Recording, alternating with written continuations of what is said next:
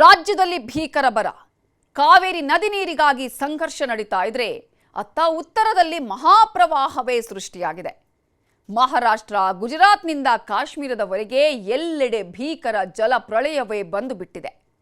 ಅಸ್ಸಾಂನಲ್ಲಂತೂ ಪರಿಸ್ಥಿತಿ ಪ್ರಳಯ ಸದೃಶವಾಗಿದೆ. ಸಾವಿರಾರು ಮನೆಗಳು ಜಲಸಮಾಧಿಯಾಗಿವೆ. 5 ಲಕ್ಷಕ್ಕೂ ಹೆಚ್ಚಿನ ಜನ ಬೀದಿಗೆ ಬಿದ್ದಿದ್ದಾರೆ. ಪ್ರವಾಹದ ಒಂದೊಂದು ದೃಶ್ಯವೂ ಹೃದಯ ಕಲಕುತ್ತಿದೆ.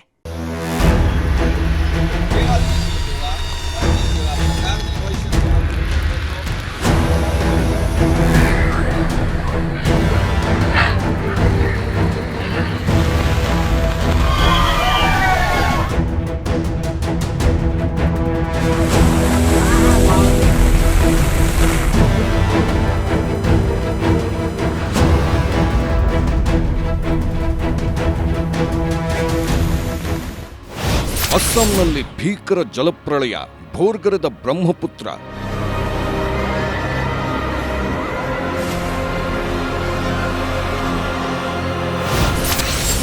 ಭಯಾನಕ ಪ್ರವಾಹ, ಕೊಚ್ಚಿಹೋಯ್ತು ಕಟ್ಟಡ.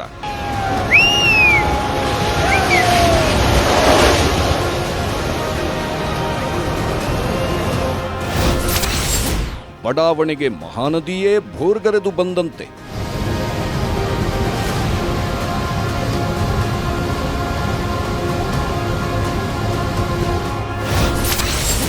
ಮಹಾಪ್ರಳಯದ ನಂತರ ಎಲ್ಲಿ ನೋಡಿದ್ರೂ ವಿನಾಶ.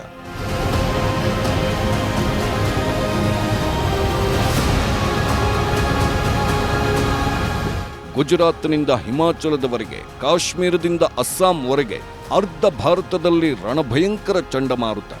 ಎದುರು ಸಿಕ್ಕ ಎಲ್ಲವೂ ಜಲಸ್ವಾಹ. ಮನೆ, ಕಟ್ಟಡ, ಶಾಲೆ, ಅಂಗಡಿ, ಮಾಲ್ ಎಲ್ಲವೂ ಮಹಾಮಳೆಗೆ ಧರಾಶಾಹಿ. ಎಲ್ಲಿ ನೋಡಿದರಲ್ಲಿ ನೀರು, ನೀರೇ ನೀರು. ರಣಚಂಡಿ ಮಳೆಗೆ ಇಡೀ ಅಸ್ಸಾಂ ಸಂಪೂರ್ಣ ಜಲಾವೃತ.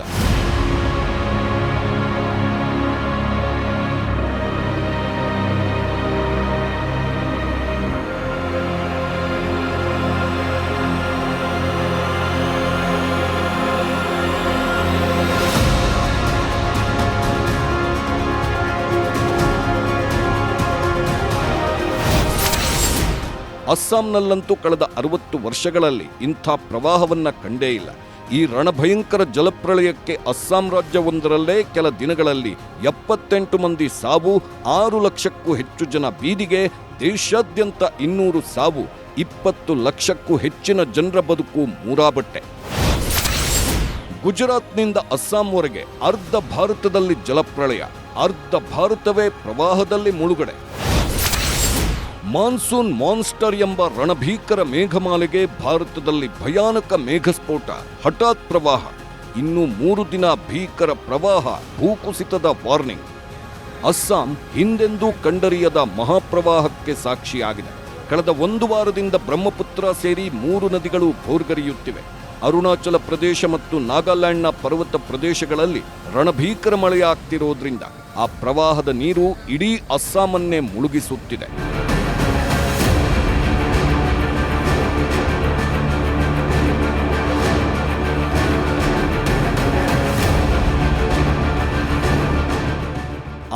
ಕ್ಕೂ ಹೆಚ್ಚು ಗ್ರಾಮಗಳು ನೆರೆ ನೀರಲ್ಲಿ ಸಂಪೂರ್ಣ ಮುಳುಗಡೆಯಾಗಿದೆ. 4 ಲಕ್ಷಕ್ಕೂ ಹೆಚ್ಚು ಜನ ಮನೆ ಮಠ ಇಲ್ಲದೆ ಬೀದಿಗೆ ಬಂದಿದ್ದಾರೆ. ಅಷ್ಟೂ ಜನರ ಮನೆಗಳು ಪ್ರವಾಹದಲ್ಲಿ ಕೊಚ್ಕೊಂಡು ಹೋಗಿವೆ. ಈವರೆಗೆ 78 ಜನ ಸಾವಿಗೀಡಾಗಿದ್ದಾರೆ. ಪ್ರವಾಹದ ನೀರಲ್ಲಿ ಎಲ್ಲೆಂದರಲ್ಲಿ ಮೃತದೇಹಗಳು ಕಾಣಿಸ್ತಿವೆ. ಊರಿಗೆ ಊರೇ ಮುಳುಗಡೆಯಾಗಿದೆ. ಮಕ್ಕಳು, ವೃದ್ಧರು, ಮಹಿಳೆಯರು ಪ್ರವಾಹದಲ್ಲಿ ಕೊಚ್ಕೊಂಡು ಹೋಗ್ತಿದ್ದಾರೆ. ಮನೆಗಳ ಛಾವಣಿಗಳಲ್ಲಿ ಆಶ್ರಯ ಪಡೆಯುತ್ತಿದ್ದಾರೆ.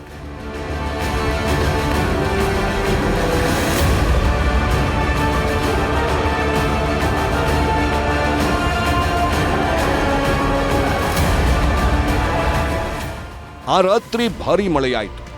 ನೋಡುತ್ತಿದ್ದಂತೆಯೇ ಇಡೀ ಗ್ರಾಮಕ್ಕೆ ಬ್ರಹ್ಮಪುತ್ರ ಧುಮ್ಮಿಕ್ಕಿ ನುಗ್ಗಿತ್ತು. ಮನೆಯಿಂದ ತಕ್ಷಣ ಹೊರಡುವಂತೆ ನೆರೆಯವರು ಕರೆ ಕೊಟ್ಟರು. ಕೇವಲ 15 ನಿಮಿಷಗಳಷ್ಟೇ ಇತ್ತು. ಅಷ್ಟರಲ್ಲಿ ಅಗತ್ಯ ಸಾಮಾನುಗಳನ್ನ ಪಡೆದು ಮನೆಯಿಂದ ಹೊರನಡೆದ್ರು ಸಾವಿರಾರು ಜನ. ಕ್ಷಣಾರ್ಧದಲ್ಲಿ ಇಡೀ ಊರಿಗೆ ಊರೇ ಪ್ರವಾಹದಲ್ಲಿ ಮುಳುಗಡೆಯಾಯಿತು. ಹಲವು ಕಡೆಗಳಲ್ಲಿ 10 ಮೀಟರ್ ಎತ್ತರಕ್ಕೆ ಪ್ರವಾಹದ ನೀರು ನಿಂತು ಬಿಟ್ಟಿತ್ತು. ದಿನಗಳೇ ಕಳೆದರೂ ಇನ್ನೂ ಅಸ್ಸಾಂನಲ್ಲಿ ಮಳೆ ಪ್ರವಾಹದ ನೀರು ಇಳಿಯುತ್ತಿಲ್ಲ. ಶಿವಸಾಗರ್, ಗೋಲಾಘಾಟ್, ನಾಗಾಂವ್ ಸೇರಿ ಅಸ್ಸಾಂನ 7 ಜಿಲ್ಲೆಗಳಲ್ಲಿ ರಣಭೀಕರ ಪ್ರವಾಹ ಸ್ಥಿತಿ ಎದುರಾಗಿದೆ. ಈ ಜಿಲ್ಲೆಗಳ 600ಕ್ಕೂ ಹೆಚ್ಚು ಗ್ರಾಮಗಳು ಸಂಪೂರ್ಣ ನೀರಲ್ಲೇ ಮುಳುಗಿವೆ. ಸಾವಿರಾರು ಮನೆಗಳು ಜಲಸ್ವಾಹವಾಗಿದೆ. ಎಲ್ಲಿ ನೋಡಿದ್ರೂ ಕೇವಲ ನೀರೇ ಕಾಣಿಸ್ತಿದೆ. ಬ್ರಹ್ಮಪುತ್ರ ನದಿ ದಡದಿಂದ 21 ಕಿಲೋಮೀಟರ್ ದೂರದವರೆಗೂ ನದಿಯ ಪ್ರವಾಹದ ನೀರು ಕೊಚ್ಕೊಂಡು ಬಂದಿದೆ.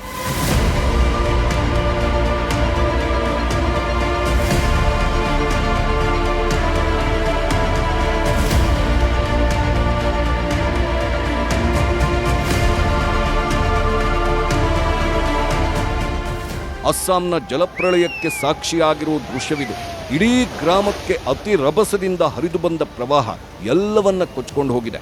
ಹಳೆಯ ಬೃಹತ್ ಕಟ್ಟಡ ಈ ಪ್ರವಾಹದ ರಭಸಕ್ಕೆ ಕ್ಷಣಾರ್ಧದಲ್ಲಿ ಮುರಿದು ಬಿದ್ದಿದೆ. ನೋಡುತ್ತಿದ್ದಂತೆಯೇ ಇಡೀ ಕಟ್ಟಡ ನೆರೆಯಲ್ಲಿ ಚೂರು ಚೂರಾಗಿ ಕೊಚ್ಕೊಂಡು ಹೋಗಿದೆ.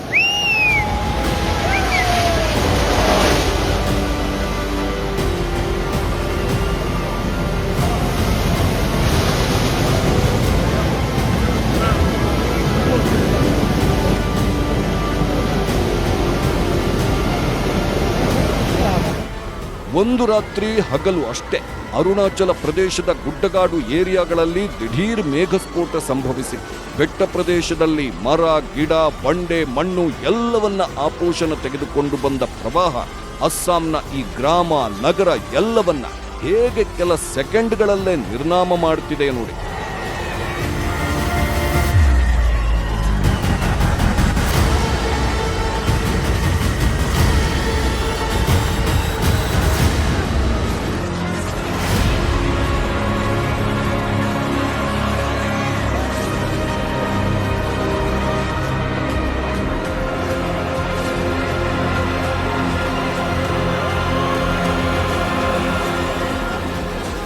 ಇದು ಅಸ್ಸಾಂನ ಗುಡ್ಡಗಾಡು ಪ್ರದೇಶದಲ್ಲಿ ಕಾಣಿಸಿದ ಹೃದಯ ವಿದ್ರಾವಕ ದೃಶ್ಯ. ಪ್ರಕೃತಿ ಮುನಿದ ಪರಿ. ಮಹಾನದಿಯ ಮಹಾಪ್ರವಾಹಕ್ಕೆ ಹಳ್ಳಿಗೆ ಹಳ್ಳಿಯೇ ಸಂಪೂರ್ಣ ಜಲಾವೃತಗೊಂಡಿತ್ತು. ಮನೆಗಳು, ಕಟ್ಟಡಗಳು ಎಲ್ಲವೂ ಮುಳುಗಡೆಯಾಗಿತ್ತು. ಕೊನೆಗೆ ದಾರಿ ಕಾಣದೆ ಈ ಹೆಂಗಸು ತನ್ನ ಪುಟ್ಟ ಮಕ್ಕಳ ಜೊತೆ ಜೀವ ಉಳಿಸಿಕೊಳ್ಳಲು ಮರವೊಂದನ್ನ ಏರಿದ್ರು. ಆ ಮರದ ರೆಂಬೆಯಲ್ಲೇ ಮಕ್ಕಳನ್ನು ಗಟ್ಟಿಯಾಗಿ ಕೂರಿಸಿ ನೆರೆ ಇಳಿಯೋವರೆಗೂ ಕಾದಿದ್ದಾರೆ. ಪುಟ್ಟ ಮಕ್ಕಳು, ಹೆಂಗಸರು ರಕ್ಕಸ ಗಾತ್ರದಲ್ಲಿ ಕೊಚ್ಕೊಂಡು ಬರುವ ಪ್ರವಾಹದ ನೀರಿನ ಮಧ್ಯೆಯೂ ಜೀವ ಕೈಯಲ್ಲಿ ಹಿಡಿದು ರೆಂಬೆ ಮೇಲೆ ಕೂತಿದ್ದಾರೆ. ಯಾವ ಕ್ಷಣದಲ್ಲಿ ಏನಾಗಿ ಬಿಡುತ್ತದೋ ಎಂಬ ಭೀತಿ. ಆದರೂ ಕೆಲವು ಗಂಟೆಗಳ ಕಾಲ ಮಕ್ಕಳಿಗೆ ಧೈರ್ಯ ಹೇಳುತ್ತಾ ಈ ಮಹಿಳೆ ಎಲ್ಲರನ್ನೂ ರಕ್ಷಿಸಿಕೊಳ್ತಾ ಪುಟ್ಟ ಮರದ ಮೇಲೆಯೇ ಕೂತಿದ್ದಾರೆ. ಕೊನೆಗೆ ಸುದೀರ್ಘ ಕಾರ್ಯಾಚರಣೆ ಬಳಿಕ ಈ ಫ್ಯಾಮಿಲಿಯನ್ನ NDRF ಟೀಮ್ ಸುರಕ್ಷಿತವಾಗಿ ಶಿಫ್ಟ್ ಮಾಡಿದೆ.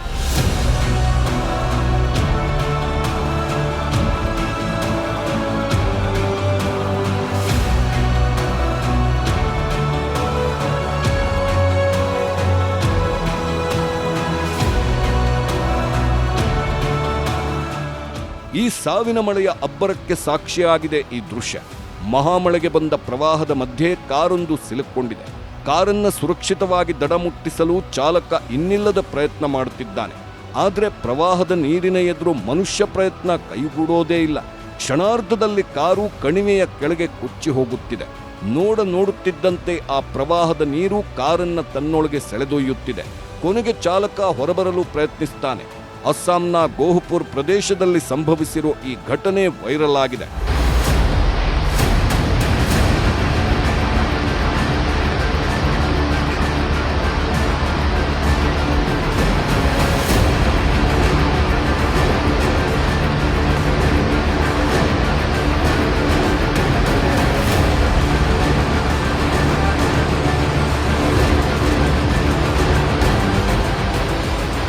ಪ್ರವಾಹದ ಭೀಕರತೆಯನ್ನು ಬಿತ್ತರಿಸುವ ದೃಶ್ಯವಿದೆ. ನಿಂತ ರೈಲು ಗಾಡಿ ಪ್ರವಾಹದಲ್ಲಿ ಮುಳುಗಡೆಯಾಗ್ತಿದೆ. ರೈಲು ಗಾಡಿಯ ಛಾವಣಿಯಲ್ಲಿ ಜನ, ಜಾನುವಾರು ಸಮೇತ ನಿಂತಿದ್ದಾರೆ. ತುಂಬಾ ಹೊತ್ತಿನ ಬಳಿಕ ಸೇನಾ ಹೆಲಿಕಾಪ್ಟರ್ ಅವರೆಲ್ಲರ ರಕ್ಷಣೆಗೆ ಬರುತ್ತೆ. ಕಾಪ್ಟರ್ನಿಂದ ಹಾರಿ ಬಂದ ಯೋಧ ರೈಲು ಗಾಡಿಯ ಮೇಲ್ಛಾವಣಿಯಲ್ಲಿದ್ದವರನ್ನ ಒಬ್ಬೊಬ್ಬರಾಗಿಯೇ ಹಗ್ಗ ಕಟ್ಟಿ ಶಿಫ್ಟ್ ಮಾಡ್ತಾರೆ. ಹೀಗೆ ಭಾರತೀಯ ಸೇನೆಯ ಈ ಸಾಹಸಿ ಕಾರ್ಯಾಚರಣೆ ಅಸ್ಸಾಂನ ವಿವಿಧ ಭಾಗಗಳಲ್ಲಿ ನಡೆಯುತ್ತಿದೆ.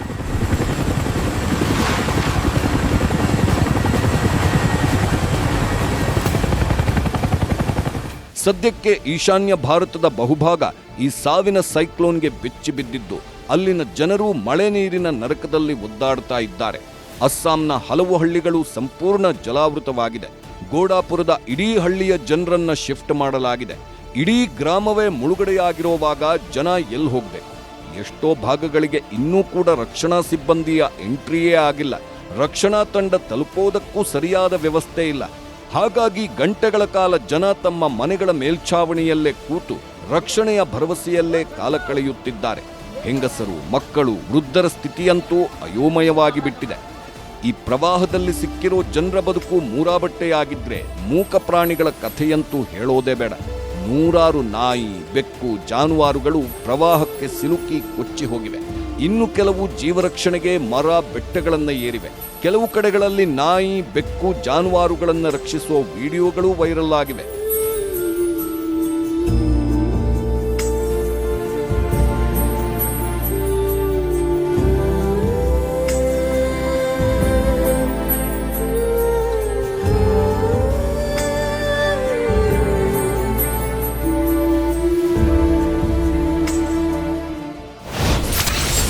ಕುತ್ತಿಗೆಯಾಳದ ನೀರಲ್ಲೂ ಕರುವನ್ನ ಎದೆಗಪ್ಪಿ ದಡ ಸೇರಿಸಿದ ಯುವಕ.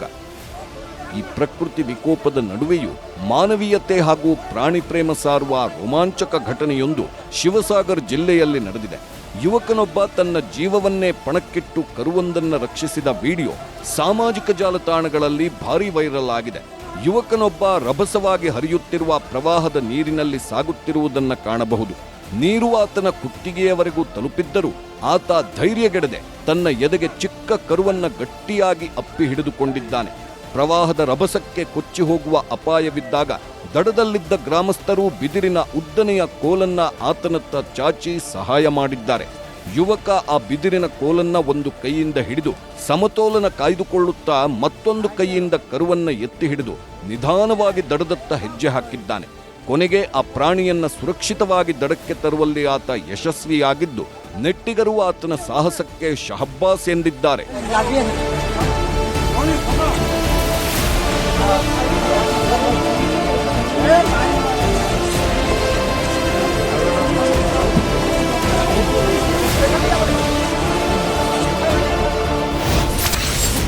ಹದಿನೇಳು ಜಾನುವಾರು ಸಾವು. ಅಸ್ಸಾಂನ ಮೆಗಾ ತೂಫಾನ್ಗೆ 78 ಮಂದಿ ಸಾವಿಗೀಡಾಗಿದ್ದಾರೆ. 17,000 ಜಾನುವಾರುಗಳು ಪ್ರವಾಹದಲ್ಲಿ ಕೊಚ್ಚೋಗಿವೆ. ಇವುಗಳಲ್ಲಿ 11,000 ದನಕರುಗಳೂ ಸೇರಿವೆ. 45,000ಕ್ಕೂ ಹೆಚ್ಚು ಹೆಕ್ಟೇರ್ ಕೃಷಿ ಭೂಮಿ ಜಲಾವೃತಗೊಂಡು ಅಪಾರ ಪ್ರಮಾಣದ ಬೆಳೆ ನಾಶವಾಗಿದೆ. ನೂರಾರು ಶಾಲೆಗಳು, ಅಂಗನವಾಡಿ ಕೇಂದ್ರಗಳು ಸಂಪೂರ್ಣವಾಗಿ ಹಾನಿಗೊಳಗಾಗಿವೆ.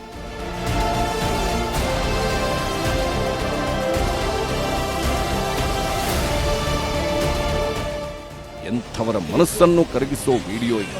ಅಸ್ಸಾಂನ ಪ್ರವಾಹದ ಮಧ್ಯೆ ಸಿಲುಕೊಂಡಿದ್ದ ಬೆಕ್ಕಿನ ರಕ್ಷಣೆಯ ದೃಶ್ಯ. ಈ ಬೆಕ್ಕು ತಾನು ಮಾತ್ರವಲ್ಲ, ತನ್ನ ಜೊತೆಗೆ ಪುಟ್ಟ ಪುಟ್ಟ ಮರಿಯನ್ನೂ ಬಾಯಲ್ಲಿ ಕಚ್ಚಿ ಹಿಡಿದು ಮರದ ಮೇಲೆ ಏರಿತ್ತು. ಪ್ರವಾಹದ ಮಧ್ಯೆಯೂ ಹಲವು ಗಂಟೆಗಳ ಕಾಲ ಮರದ ಮೇಲೆ ಕೂತಿತ್ತು. ಕೊನೆಗೆ ರಕ್ಷಣಾ ಬೋಟ್ನಲ್ಲಿದ್ದ ತಂಡ ಆ ಬೆಕ್ಕಿನತ್ತ ತೆರಳಿ ಬೆಕ್ಕು ಮತ್ತು ಮರಿಯನ್ನ ರಕ್ಷಿಸಿದೆ.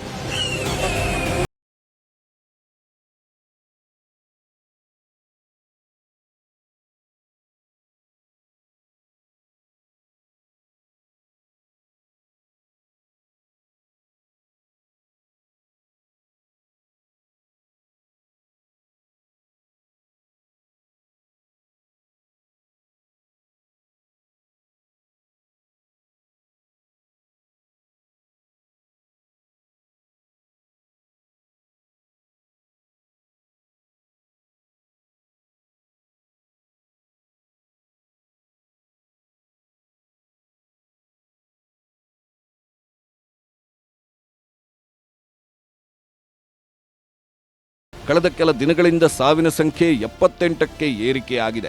ಶಿವಸಾಗರ್, ಕಾಮರೂಪ್ ಸೇರಿ 7 ಜಿಲ್ಲೆಗಳು ಸಂಪೂರ್ಣ ಮುಳುಗಡೆಯಾಗಿವೆ. ಅಸ್ಸಾಂ ರಾಜ್ಯವೊಂದರಲ್ಲೇ 600ಕ್ಕೂ ಹೆಚ್ಚು ಗ್ರಾಮಗಳು ಜಲಾವೃತಗೊಂಡಿವೆ. 4 ಲಕ್ಷಕ್ಕೂ ಹೆಚ್ಚು ಜನರ ಬದುಕು ಮೂರಾಬಟ್ಟೆಯಾಗಿದೆ. ಅಸ್ಸಾಂ ರಾಜ್ಯದಲ್ಲಿ 22 ಲಕ್ಷ ಹೆಕ್ಟೇರ್ ಕೃಷಿ ನಾಶವಾಗಿದೆ. ವಿಶೇಷವಾಗಿ 11,000 ದನಕರುಗಳು ಸೇರಿ 17,000 ಜಾನುವಾರು ಸಾವಿಗೀಡಾಗಿವೆ. ಸಾವಿರಾರು ಜಾನುವಾರುಗಳಿಗೆ ಅನಾರೋಗ್ಯ ಉಂಟಾಗಿದೆ. ಇದೇ ಕಾರಣಕ್ಕೆ ವಿವಿಧ ಕಡೆ ತಾತ್ಕಾಲಿಕ ಪಶು ಚಿಕಿತ್ಸಾಲಯಗಳನ್ನು ತೆರೆಯಲಾಗಿದೆ. ಒಡಿಶಾದಲ್ಲೂ ರಣಭೀಕರ ಪ್ರವಾಹ. 2 ಲಕ್ಷಕ್ಕೂ ಹೆಚ್ಚು ಜನ ಸಂಕಷ್ಟದಲ್ಲಿ, 800ಕ್ಕೂ ಹೆಚ್ಚು ಗ್ರಾಮಗಳು ಜಲಾವೃತ. ಇನ್ನೊಂದು ಕಡೆ ಒಡಿಶಾದಲ್ಲೂ ಭೀಕರ ಪ್ರವಾಹ ಪರಿಸ್ಥಿತಿ ಸೃಷ್ಟಿಯಾಗಿದೆ. ಒಡಿಶಾದ ಉತ್ತರ ಭಾಗದ 6 ಜಿಲ್ಲೆಗಳು ಪ್ರವಾಹಕ್ಕೆ ಸಂಪೂರ್ಣ ಮುಳುಗಡೆಯಾಗಿವೆ. 3 ಮಹಾನದಿಗಳು ಮೇರೆ ಮೀರಿ ಹರಿಯುತ್ತಿದ್ದು 2 ಲಕ್ಷಕ್ಕೂ ಹೆಚ್ಚು ಜನ ಸಂಕಷ್ಟಕ್ಕೆ ಸಿಲುಕಿದ್ದಾರೆ. ಛತ್ತೀಸ್ಗಢ, ಮಧ್ಯಪ್ರದೇಶ ಮತ್ತು ಒಡಿಶಾದಲ್ಲಿ ಮಹಾನದಿಯ ಮೇಲ್ಭಾಗದ ಜಲಾನಯನ ಪ್ರದೇಶಗಳಲ್ಲಿ ಭಾರೀ ಮಳೆಯಾಗ್ತಿರೋದ್ರಿಂದ ನದಿಗಳ ನೀರಿನ ಮಟ್ಟ ಕ್ಷಣವೂ ಏರಿಕೆಯಾಗ್ತಿದೆ. ಹಿರಾಕುಡ್ ಡ್ಯಾಂನ ನೀರಿನ ಮಟ್ಟವೂ ಏರಿಕೆಯಾಗ್ತಿದ್ದು ಯಾವುದೇ ಕ್ಷಣದಲ್ಲಿ ಹೆಚ್ಚುವರಿ ನೀರು ಹೊರಬಿಡುವ ಸಾಧ್ಯತೆ ಇದೆ.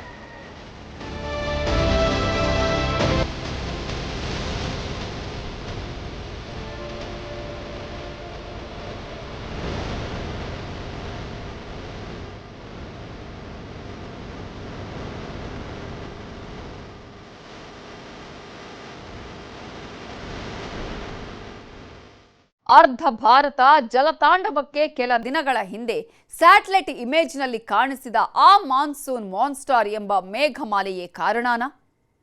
ಭಾರತ ಮಾತ್ರವಲ್ಲ, ಪಾಕಿಸ್ತಾನದಲ್ಲೂ ರಣಭೀಕರ ಪ್ರವಾಹ ಸೃಷ್ಟಿಯಾಗಿರೋದು ಅದೇ ಮುಂಗಾರು ಕಾಳಸರ್ಪದ ಮೋಡಮಾಲೆಯ ಕಾರಣಕ್ಕ? ನೋಡೋಣ ಬ್ರೇಕ್ ಆದ್ಮೇಲೆ.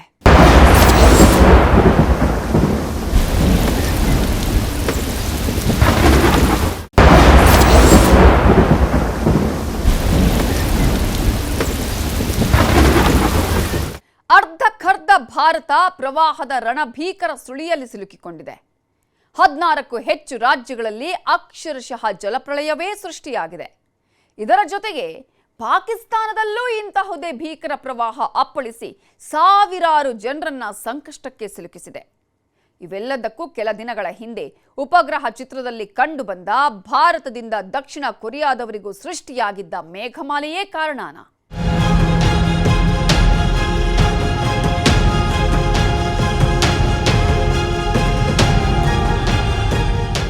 ದೇಶಾದ್ಯಂತ ಮುಂಗಾರು ಆವರಿಸಿದೆ.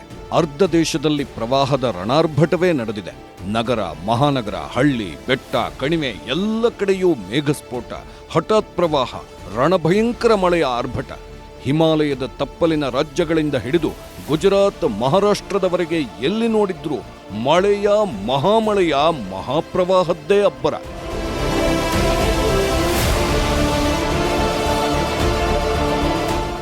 ನಗರಗಳು, ಮಹಾನಗರಗಳ ನಡುವಿನ ರಸ್ತೆಗಳೇ ಮಹಾನದಿಯಂತೆ ಪ್ರವಾಹದ ನೀರು ಕೊಚ್ಚಿ ಬರುತ್ತಿದೆ. ಜನ, ವಾಹನಗಳು, ಮನೆ, ಅಂಗಡಿ, ಶಾಲೆ, ಕಚೇರಿ ಎಲ್ಲವೂ ತರೆಗೆಲೆಗಳಂತೆ ಕೊಚ್ಕೊಂಡು ಹೋಗುತ್ತಿದೆ. ಮಾನ್ಸೂನ್ ಮಾನ್ಸ್ಟರ್ ಎಂಬ ಭಾರತದಿಂದ ಸೌತ್ ಕೊರಿಯಾದವರೆಗೆ ಕೆಲ ದಿನಗಳ ಹಿಂದೆ ಕಾಣಿಸಿದ ರಕ್ಕಸ ಮೋಡಗಳ ಮಾಲೆಯಿಂದ ದೇಶಾದ್ಯಂತ ಜಲಪ್ರಳಯವೇ ಆವರಿಸಿದ ಭೀತಿ, ದೇಶಕ್ಕೆ ಜಲಗಂಡಾಂತರ ಆವರಿಸಿದ ಆತಂಕ.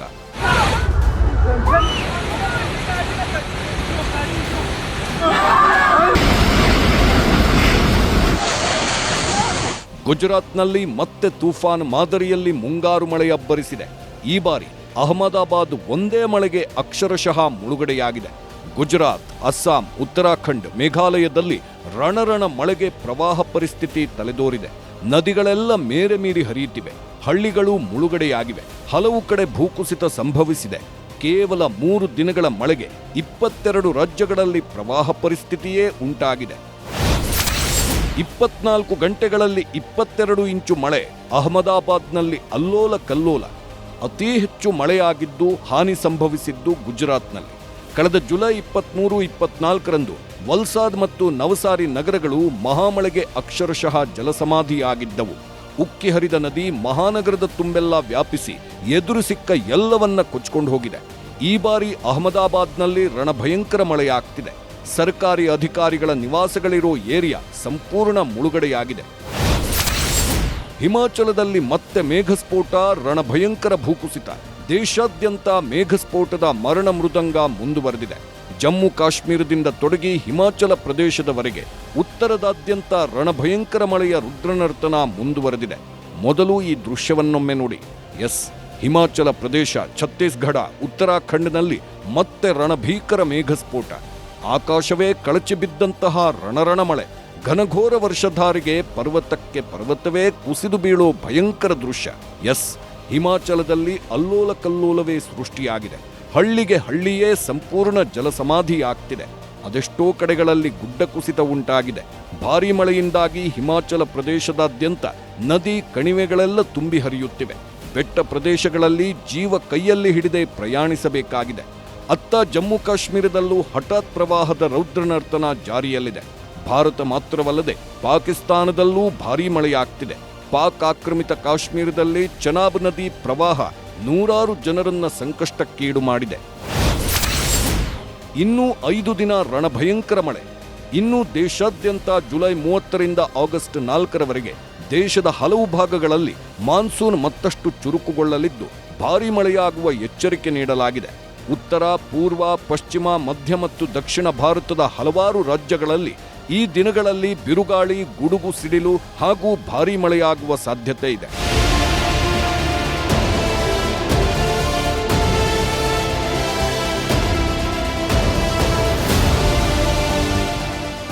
ಹಿಮಾಚಲ ಪ್ರದೇಶ, ಉತ್ತರಾಖಂಡ್ ಮತ್ತು ಜಮ್ಮು ಕಾಶ್ಮೀರದಂತಹ ಪರ್ವತ ಪ್ರದೇಶಗಳಲ್ಲಿಯೂ ಮತ್ತೆ ಭಾರೀ ಮಳೆಯ ಎಚ್ಚರಿಕೆ ನೀಡಲಾಗಿದೆ.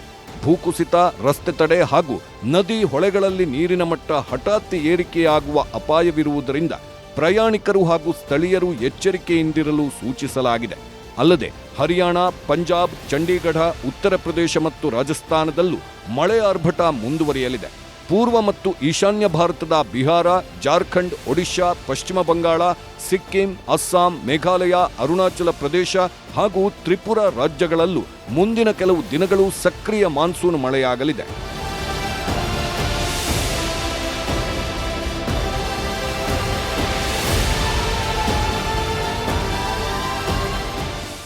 ಮಾನ್ಸೂನ್ ಮಾನ್ಸ್ಟರ್ ಇನ್ನಿಲ್ಲದಂತೆ ಪ್ರತಾಪ ತೋರುತ್ತಿದೆ. ಇನ್ನೂ 5 ದಿನಗಳವರೆಗೆ ಉತ್ತರ ಭಾರತದಲ್ಲಿ ಭಾರೀ ಮಳೆಯಾಗುವ ವಾರ್ನಿಂಗ್ ನೀಡಲಾಗಿದೆ. ಜೊತೆಗೆ ಹಠಾತ್ ಪ್ರವಾಹ, ಮೇಘಸ್ಫೋಟ, ಭೂಕುಸಿತಗಳ ಅಪಾಯವೂ ಇದೆ. ಇತ್ತ ಕೆಲ ದಿನಗಳಿಂದ ದಕ್ಷಿಣ ಭಾರತದಲ್ಲೂ ಮೋಡ ಕವಿದ ವಾತಾವರಣವಿದೆ. ಕರ್ನಾಟಕಕ್ಕೂ ಭಾರೀ ಮಳೆಯ ಅಲರ್ಟ್ ನೀಡಲಾಗಿದೆ. ಇದುವೇ ಹೊತ್ತಿನ ವಿಶೇಷ. ನೋಡ್ತಾ ಇರಿ ನ್ಯೂಸ್ 18 ಕನ್ನಡ. ಜಾಲ ನಮ್ಮದು, ಬಲ ನಿಮ್ಮದು.